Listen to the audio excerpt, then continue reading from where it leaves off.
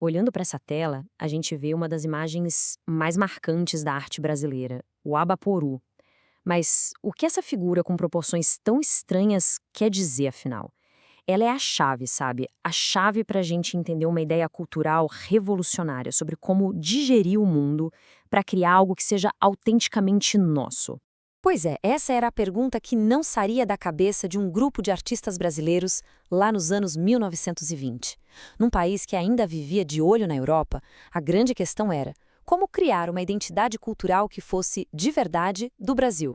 Então, essa é a história de como a arte brasileira declarou sua independência. É uma jornada de revolução, de construção e do nascimento de um jeito completamente novo de se ver e de se expressar. E para a gente entender como essa transformação toda aconteceu, vamos mergulhar na jornada do modernismo.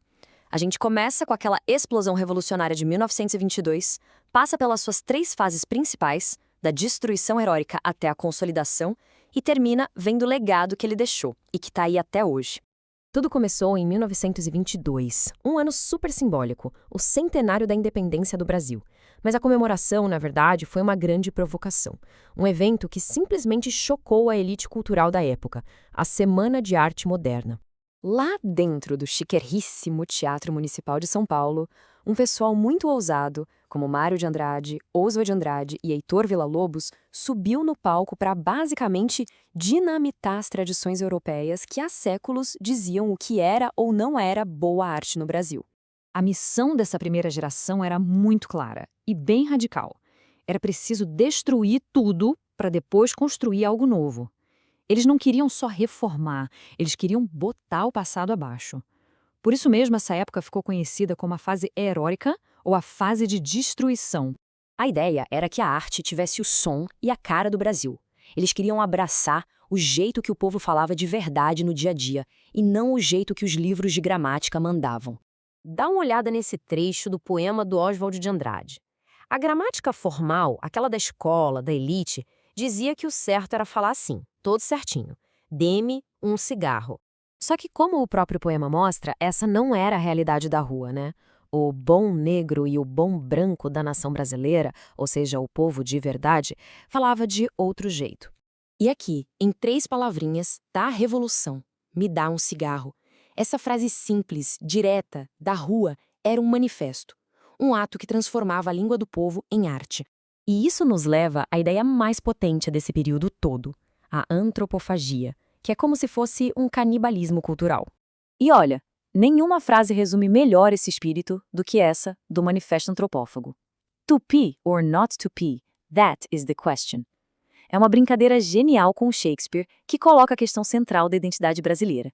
A gente imita a Europa ou abraça nossas raízes indígenas? Os tupi? A resposta modernista foi: vamos devorar os dois e criar algo totalmente novo. Mas é claro que a revolução não podia ser só sobre quebrar as regras para sempre. Depois daquela explosão toda no início, o movimento amadureceu.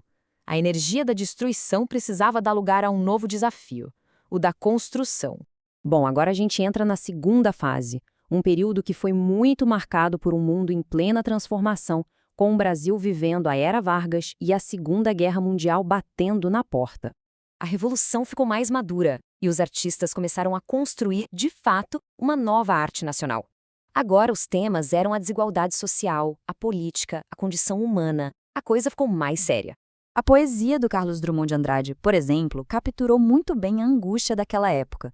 Esse verso famoso, no meio do caminho tinha uma pedra, virou uma metáfora poderosíssima para os obstáculos, para as dificuldades e para as questões da vida que todo mundo enfrenta. Já Cecília Meirelles nos convidava para um mergulho mais íntimo. A poesia dela, com uma delicadeza incrível, falava de temas universais, a passagem do tempo, a memória, a certeza da morte e esse poder misterioso que as palavras têm. E quem não conhece Vinícius Moraes, o nosso poetinha? Ele pegou a forma clássica do soneto e botou dentro dela toda a paixão e a melancolia do amor moderno. Ele conseguiu capturar a beleza daquilo que é intenso, mesmo que não dure para sempre.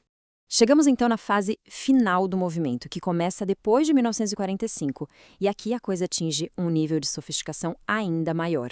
Nessa fase, os autores foram fundo. O foco se voltou tanto para dentro, para a complexidade da mente humana, quanto para fora, para as paisagens e culturas das várias regiões do Brasil.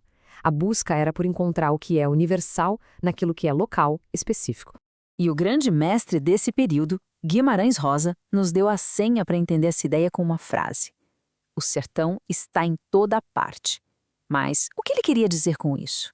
Para o Rosa, o sertão, aquela paisagem dura, desafiadora do interior do Brasil, não era só um lugar geográfico.